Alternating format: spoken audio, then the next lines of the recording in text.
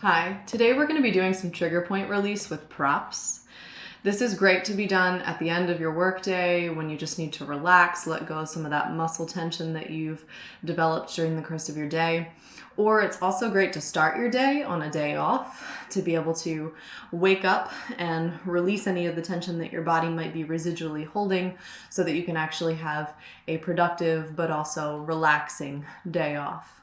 Now, what you'll need for this is a tennis ball and some yoga blocks. Ideally 2 yoga blocks, and you can always get these really easily and really inexpensively on Amazon or Walmart or Target.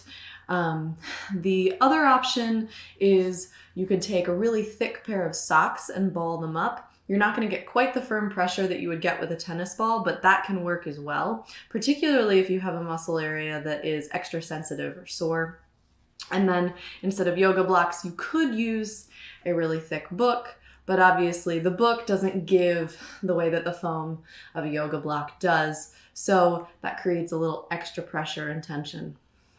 But I'm going to go ahead and take you through some different positions that you can actually release and lie in for an extended period to get some release of those trigger points.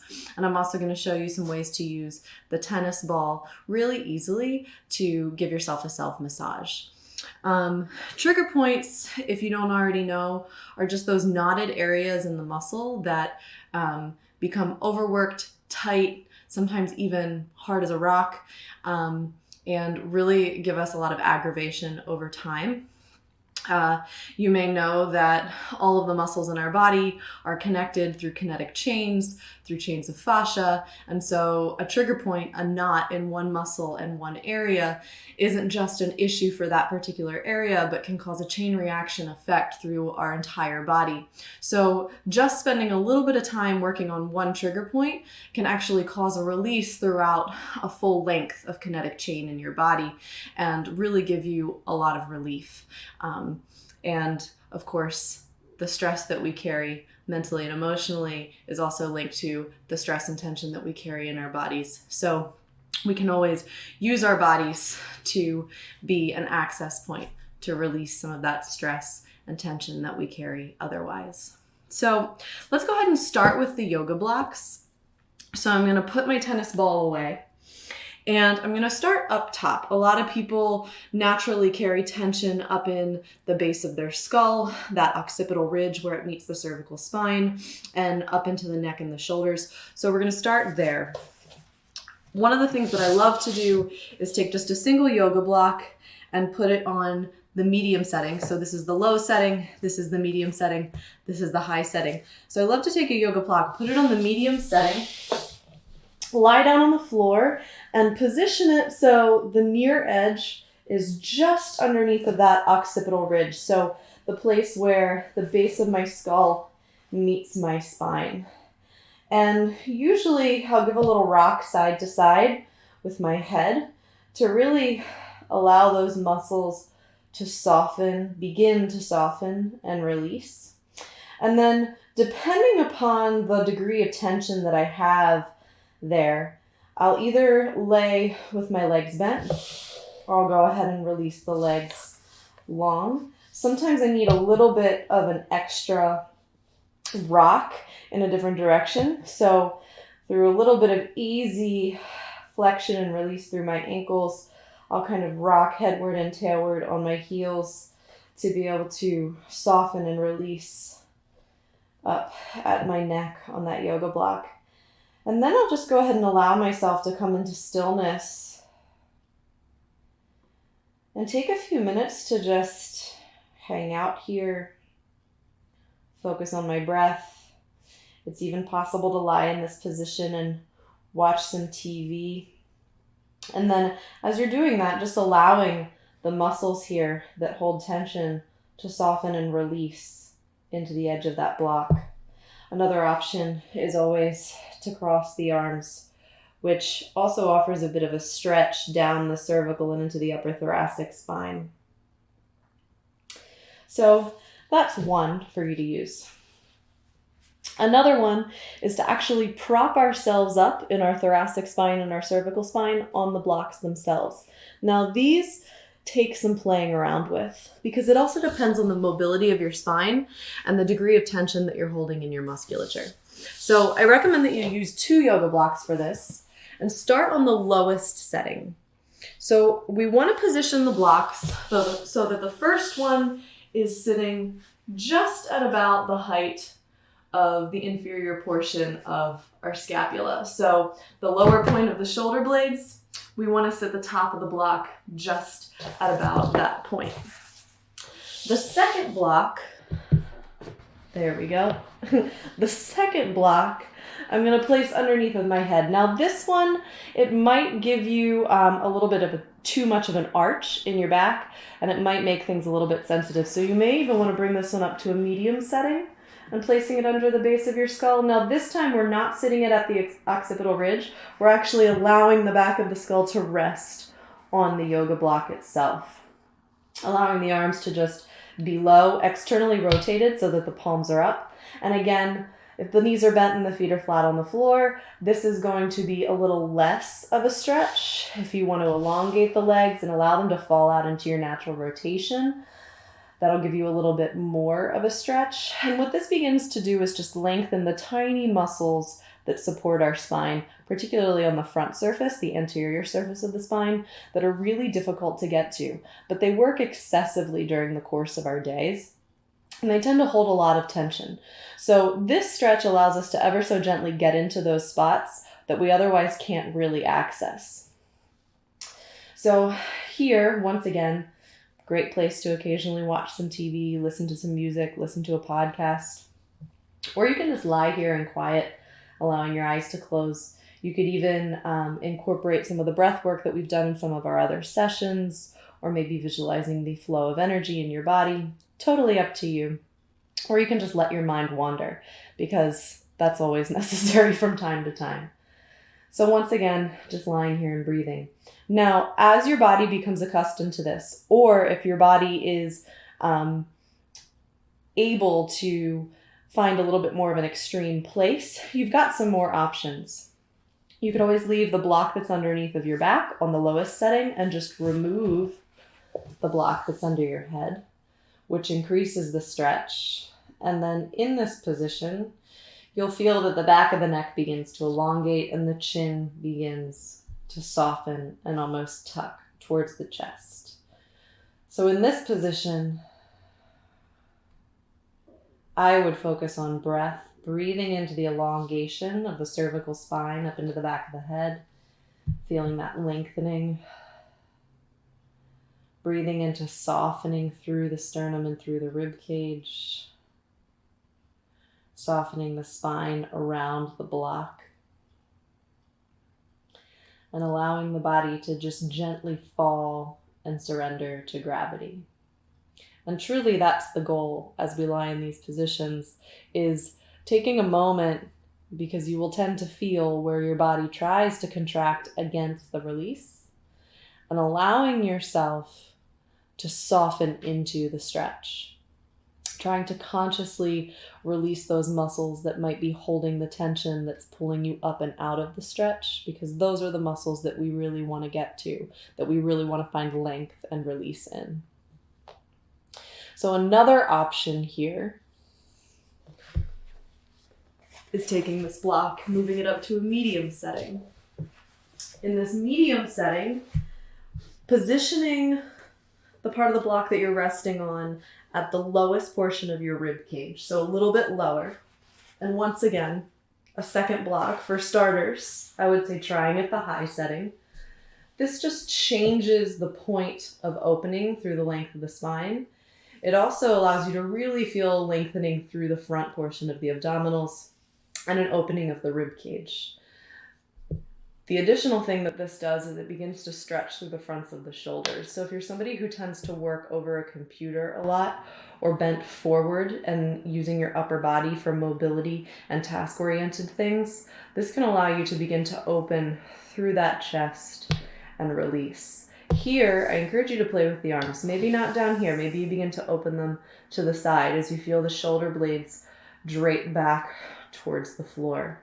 And once again, in this position, you will begin to feel the back of the neck lengthen and the chin dropping down towards the chest. And again, just breathing in to this stretch. Maybe even not thinking about it like a stretch, but just thinking about it as an opportunity to relax in an unusual position, of course. Here, you can always play around with the height of the block at the head, or even no block. Ooh, let me move that completely. No block at all. When you come out of these positions, it's always good to either use the hands, either flipping them palm down by your sides to help put some pressure down into your elbows, or gripping the backs of your glutes or thighs to help pull you up. Or some people even prefer just gently softening over to one side. Regardless of how you choose to recuperate out of this position, just take your time, breathe easy with it, because it does change the orientation of not only the spine and the rib cage, but also then how the diaphragm and the lungs are functioning. So be gentle with yourself when you're moving into and out of these positions, particularly if you've chosen to hang out in one of those positions for an extended period of time. So moving on, trigger points and a tennis ball. This thing is a miracle worker in my mind. Particularly days that I've been on my feet for an extended period of time, rushing around, lots of walking, or even just standing in one specific position, because the bottoms of our feet tend to begin to contract and grip the floor. And so the muscles through the bottoms of our feet and our arches get really tight, and they can become knotted up, and then they can cause residual effects all the way up through our leg, into the back of our pelvis, into our lumbar spine. So with the tennis ball, sometimes even if I'm just sitting at my desk, sitting at my kitchen table, standing and preparing dinner, I'll take my shoes off, I'll put the ball on the floor, put a foot on top of it, and just begin to put pressure down and roll around. Now, oftentimes because we're on our feet so much and they're used to taking a lot of blows, they carry the weight of our entire body. Sometimes it's really difficult to feel when tension actually arises in those muscles until it reaches the point of pretty intense pain. So as you're rolling around on the ball, taking it to the heel, maybe I'll turn it sideways, taking it to the heel, taking it into the arch, taking it into the outer edge, I lost it, moving it into the ball of the foot, even into the toes. If you find a spot that it feels exceptionally tight, meaning that when you put pressure down on it, you can feel that there's some resistance in the musculature of your foot. Instead of rolling it around on that spot, find that spot and put pressure directly down on it and just hold. Focusing your awareness and your attention on breathing and on trying to imagine that muscle melting down and around the ball. Now, if you can get the trigger point to release completely, after about 30 seconds, a minute, sometimes it takes even a little bit longer than that, you will feel that muscle begin to soften and relax and open up. And you might even feel a rush of warmth or heat to that area. If it's an exceptionally large trigger point and not in the muscle, you'll have more of a physical response or sensation to it. Once you feel that happen, go ahead and release the pressure and let it off. Don't necessarily go back to resuming a lot of activity. Give it some time because that muscle can once again knot up. So moving on to different areas of the body, I'm going to shift into working on my trapezius. This is often another place where we carry a lot of stress and a lot of tension in our bodies. We have trigger points up here that operate the same way as what I was just talking about in our feet. So what I'm going to do is I'm going to take the ball up here, and I might need to reposition my arm in a place where I can really start to activate or move into those muscles that are giving me some tension and some issues. And, I think I've just found one. So as I'm moving across the ball, once I find that place where there is a trigger point, so feeling that knot of a muscle that's giving some resistance, I'm going to just allow the ball to sit underneath of that muscle. And instead of rolling around on the ball, I'm going to allow myself to just soften into it. I'm going to allow weight to take over. And I'm going to imagine that muscle softening and releasing down and around the ball, as if the ball is moving into my body. Now, sometimes releasing a trigger point in a muscle like this only takes 15, 20 seconds. Sometimes it takes a little bit longer, upwards of a minute, maybe even 2 minutes. And there are some times where it's not going to release the very first time you try to access it. You might have to do this a few times over the course of a few days or a week before it begins to release and open up. But again, just like what I was saying with the foot, once it does release and open, you might feel a rush of warmth or heat to the area. You might feel a sudden release or change in other surrounding areas. You could even have an emotional release associated with it as well. But allow yourself to stay until you, there we go, feel an opening. Now, once you feel an opening in that muscle, go ahead and release the ball a bit. And you can either take the ball away completely and allow yourself to just relax without it, or you could begin to work the ball into another area of the body. So as I was saying when we began, we know that all of our muscles are connected through kinetic chains, through fascia that surrounds multiple muscle groups to allow for those muscles to coordinate and work together to create action. So you might find that if you're starting with a trigger point up here and that releases, maybe you then work the ball further down because you're starting to feel other things wake up, other needs in your body wake up. And maybe you find another trigger point down a little bit lower. Ooh, there's one. So once you find yourself on that next place, repeat the process. And you may work all the way down to the base of the spine, maybe even under a glute, maybe even into the back of the leg. You might even find yourself that you need to roll over onto your belly and use it in the front portion of the body.